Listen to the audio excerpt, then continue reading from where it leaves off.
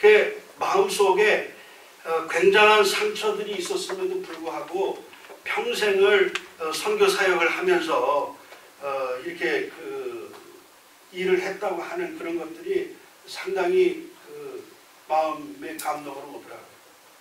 그냥 평탄하게 지낸 것이 아니고 이런 여러 가지 어려운 일들이 있었지만 그런 것 때문에 꺾이지 않고 평생을 사역하는 것을 보면 참 훌륭한 선교사다, 또 사역자다, 그런 생각을 하게 되고, 결국 나중에는 39년 동안 한국에서 사역을 하시다가 1927년도에 이제 한국을 떠나셔서 1937년도 10년 동안 영국에 사시다가 메스라고 하는 곳에서 이제 그 세상을 떠나시는 그런 생을 살고 계십니다. 게일이 한국에 오셔서 세 군데 사셨는데 이제 부산으로 들어오셔서 처음에 부산에서 잠깐 사시다가 그 후에 결혼을 하고 원산으로 가셨습니다. 그래서 원산에서 92년에서 97년까지 사시고 1900년대에 이제 서울로 오셨어요. 그리고 1927년까지 연동교회, 지금 종로 거기가 5가인가요? 종로 5가에 연동교회를 개척하신 것은 아니고 이미 교회가 어느 정도 성장을 했는데 그 교회 담임을 하셔가지고 이제 떠나시기 전까지 활동을 하셨던 것을 알 수 있고, 놀란 것은 한국에 오신 지 10년 만에 한국 전역을 10번을 여행을 하셨어요. 10번. 그런데 그 10번도 같은 길을 따라서 하신 것이 아니고 다른 계절에 다른 길을 따라서 10번 정도 하시고, 나머지 떠나시기 전에는 무려 25번을 한반도를 다 여행하셨다고 합니다. 그리고 게일의 사역은 세 가지로 나눠서 생각할 수 있는데, 하나는 순회 전도 활동과 연동교회 목회가 한 30년 되시고, 그 다음에 이제 지금 경신학교와 정신학교를 설립하신 것은 아니고 이미 언더우드가 세우신 예수교 학당이라고 하는 학교가 너무 아주 형편없게 됐는데 게일이 오셔서 그 학교를 상당히 키웠습니다. 그래서 그 교육활동, 그 다음에는 이제 한국학에 관한 저술활동, 그리고 성경을 번역하는 일, 그리고 찬송가 공회에서 활동하신 일, 이런 것들을 이제 그분이 하신 큰 일로 꼽을 수가 있습니다. 거기 제가 그분의 그 하신 일들을 중심으로 해서 연도별로 쭉 기록을 해봤습니다. 1863년 2월 출생하시고 88년도 12월에 25살에 한국에 오셨어요.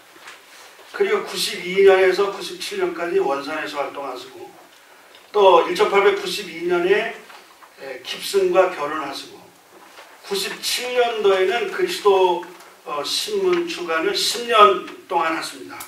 그리고 900년도에 이제 연동교회 담임으로 하시고, 901년도에 경신학교, 정신학교를 재시작하시고, 그리고 1903년도에 황성기독청년회를 창립하시는데 게일이 우리 한국의 YMCA를 창립하는데 아주 깊숙이 관여가 되어 있습니다.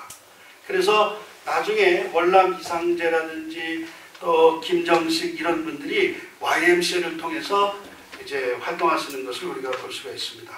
그리고 1908년도에 예수교 장로회 동로회 회장을 지내시고, 또 1910년도에 재혼하시고 성서개혁위원으로 활동하시고, 그리고 27년도에 64세의 나이로 이제 한국을 떠나시게 되고 74세 그 후로 10년 후에 세상을 이제 떠나시게 됐습니다.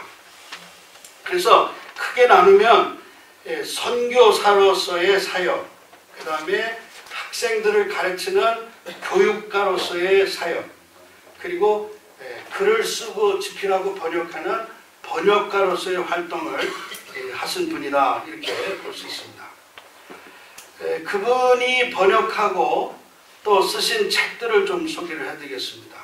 이분이 본래 굉장히 부지런하셨던 분인 것 같습니다. 그래서 아침 6시면 일어나서 저녁 4시가 될 때까지 저술 활동에 몰두하셨다고 그러고, 우리에게 잘 알려져 있는 책 가운데 철로역정이라고 하는 책이 있습니다. 이 책을 번역하셨어요. 그런데 이 책은 한성 감옥에 있던 선비들을 개종시키는데 상당히 큰 역할을 했던 책입니다. 철로역정. 그 다음에 그 문인으로서 수많은 책을 쓰셨는데 모두 43권에 이르는 책을 쓰셨습니다. 그래서 그 중에 그 코리안 스케치라고 하는 책이 있는데 거기 재미있는 얘기가 하나 있습니다. 제가 잠깐 좀 소개하겠습니다. 한 번은 게일 선교사가 순회 전도를 하는 중에 어느 집에서 고기를 주었다고 한다. 너무 배고파 고생하던 게일에게는 너무나 고마운 일이었다. 그는 그 고기를 맛있게 먹고 너무 맛있어서 그 고기가 무슨 고기냐고 물어보았는데 그 고기를 대접했던 조선인이 그 고기는 개고기라고 하자 그는 너무 놀랐다고 한다. 서양인들에게 개고기를 먹는다는 것은 상상도 할 수 없는 일이었기 때문이다. 그러나 그는 이 책에서 이렇게 기록하고 있다. 나는 그 이후로 노란 개만 보면 군침을 흘렸노라. 상당히 한국을 사랑하시고 한국화 되신 그런 목사님이었다는 생각을 하게 됩니다.